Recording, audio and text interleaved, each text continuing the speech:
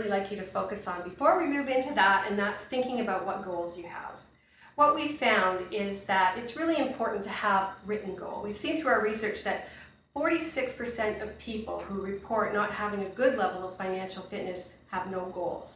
So what we're seeing is that success with money and being financially fit usually comes along with having clearly set, specific and measurable and attainable goals. So what is it you want your money to do for you? You need to think about this. What is it you want your money to do for you? Imagine the concept. Instead of working for your money is working for you. So what are those goals? And those goals are unique and individual to each one of us. And so it's really important to spend some time thinking about where you want to be 3 years from now, 5 years from now, 10 years from now. What does that look like? Form a picture in your mind, write it down.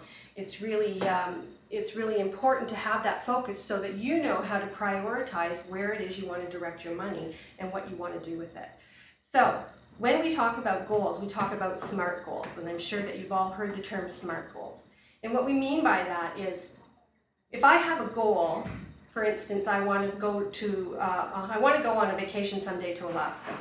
Well, that's almost what I would call a dream, because I haven't been specific about it. It's nice, it's a nice idea, but what am I doing to really focus on that vacation? And so what we ask people to do is really think about their goals and be more specific. What is it you want to do? So for instance, to be more specific, I would say that next year I would like to save enough money to go on a vacation to Alaska. What we mean by SMART goals is specific, measurable, attainable, relevant, and time-framed. So let's look at my goal of a vacation to Alaska. Is it specific? Well, if I say next year, and I have my destination in place, I'd say that was pretty specific. But how do I want to travel? Do I want to travel by air? Do I want to take a cruise? Do I want to drive? All of those things determine how much money it's going to cost for my vacation to Alaska. And in order for me to measure my progress towards my goal, I really need to flesh that out, to tease out those figures, and to have that ready. So in terms of specific, yes, it is specific, but the more specific you can be and attach cost to the goal, the more successful and more likely you will be to attain it, the more able you will be to measure it. Now, is it attainable? Well, given my financial circumstance, I am employed, I have a job, so yes, it's probably realistic to expect that I could put enough money aside to go on a vacation to Alaska next year if I made it my priority and directed my spending in that, or my saving in that area. However, if it were my goal to buy a villa in the south of France next year, that's not really attainable given my situation. So it has to be realistic. Goals, you set yourself up for failure if you set the goalpost too high. Not that you shouldn't try harder and achieve more and strive for more, but you do set yourself up for failure if you make that goal too big or too unrealistic for yourself. So a bit of reality is also key in setting goals. Relevant. If somebody sets a goal for you, how likely are you to work toward it? We need to set goals for ourselves. Our goals need to mean something to us. They should be so thrilling that we can't wait to get started. We can't wait to achieve that goal. So relevance is absolutely key. How many times have you set a goal for one of your children, or say your spouse or your friend, and time again it's not been achieved? Because it's the what's in it for me factor. That what's in it for me factor has to really resonate with you. And of course, time frame. So I know that by next year, I have a time frame to work towards. And that's what we call SMART goals. We also want to make sure that you've looked at short, medium, and long-term goals. You want to eliminate your high-interest debt. It could be a short-term goal. You want to start a savings plan, an emergency savings plan. Could be a short to medium-term goal. And of course, retirement savings as a long-term goal is something that we should all consider. And I'll talk about that more later. Another important step in the road to financial fitness is to be able to secure an income. It's probably the most important step. We want to make sure we have enough money to cover our basic needs. So before we start anything else, we can do the self-awareness bit. We can set some goals for ourselves, but really key is to be able to secure an income for ourselves such that it's going to do a little bit more than cover our basic needs in order to provide us with a level of financial fitness that we feel comfortable with. So having enough income to do more than providing for basic needs is a key factor. And really, as I've said before, focusing on this should be first and foremost. So if you're really confused about where to direct your energy and efforts, securing that income is probably something that I would say is pretty critical in terms of what you want to focus on going forward. In managing your debt levels, in order to be financially fit, you want to make sure that you have a good balance of, well, no debt would be the absolute key, but in a perfect world, we would all walk around without carrying any debt. However, that's not realistic. Most of us carry some sort of debt. What's important to look at here is to be able to manage your debt with the income you have and provide and still achieve everything you want to achieve. So if your debt's starting to interfere with that, if you're carrying a lot of high interest debt, it's really important to be able to reduce your debt to a manageable level. Another thing to think about is really when we obtain credit, when we incur debt after that, you're really gambling. You're gambling on the situation that you have right now remaining the same. So yes, I can manage those monthly payments, I can manage that minimum monthly payment, I can carry the debt with what I'm doing now, and that's really great. But as you take on debt, you're also gambling that everything is going to remain the same or improve so that you can make those debt payments, that you can pay those payments and make pay that debt off. That may not always be the case.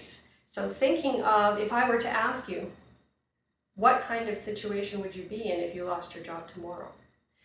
What would happen if your income was reduced? Would you still be in a situation where you could manage financially for a little while until you got back on your feet?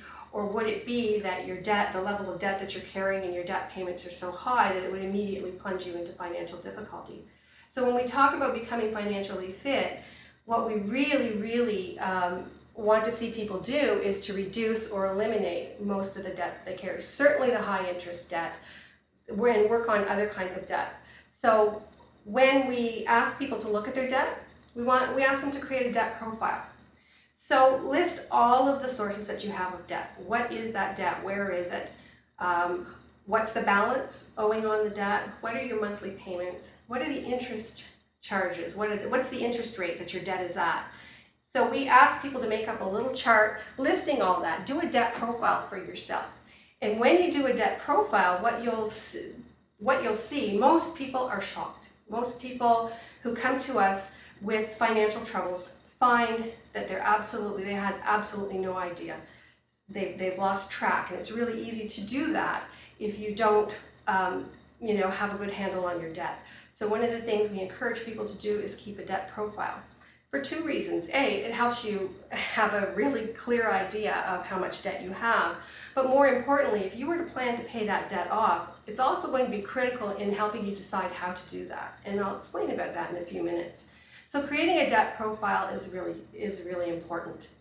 It's an important tool for managing, paying down your debt. Now you have a couple of options for debt reduction depending on your financial situation, and it will be different for everybody.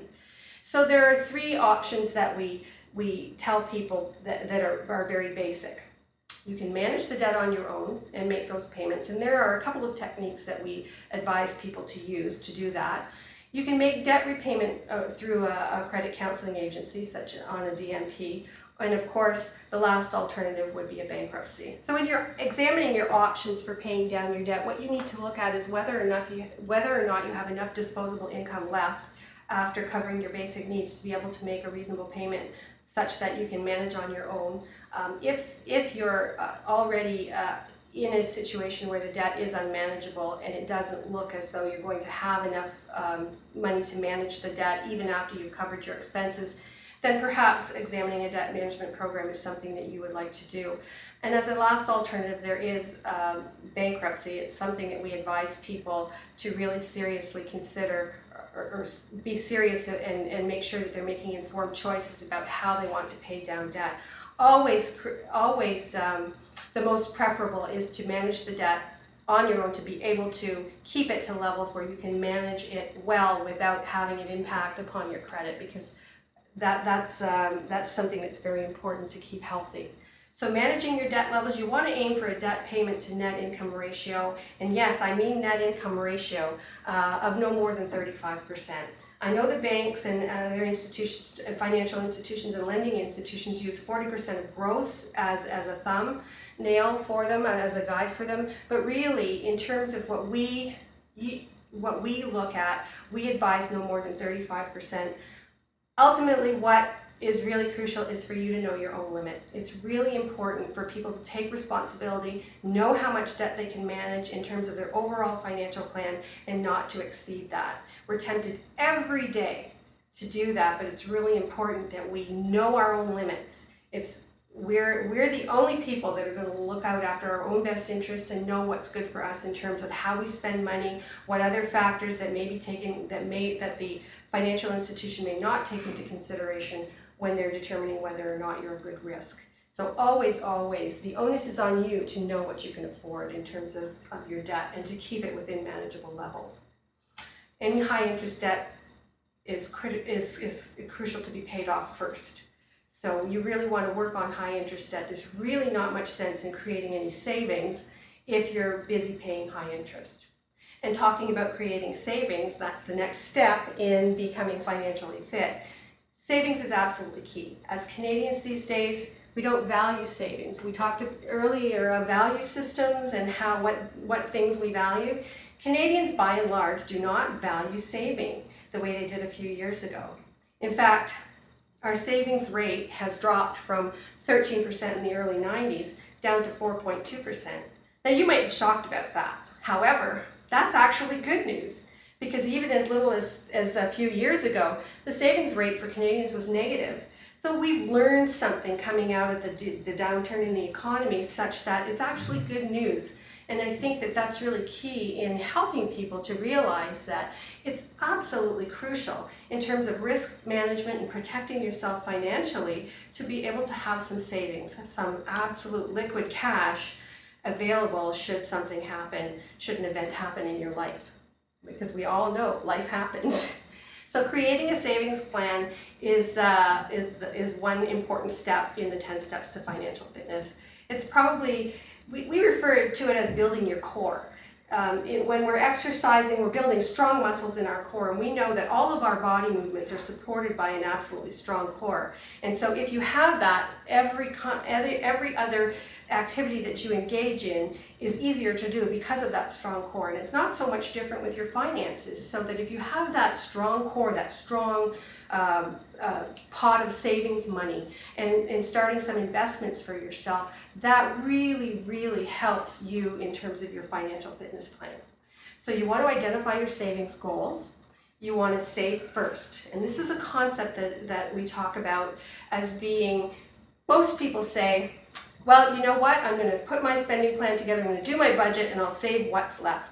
There's never anything left, because there's so many choices, there's so many things that we can spend our money on, and we usually do, right? Something will come up, and next thing you know, there's nothing left. So we want to turn that concept on its head. We want to say, save first. Whenever you set up your spending plan, make that savings an expense. Make it automatic. So in other words, when I did my savings plan and my spending plan, I identify my savings goals, I figure out how much I have to save, and then I have that money taken automatically off my paycheck immediately that it goes into the bank.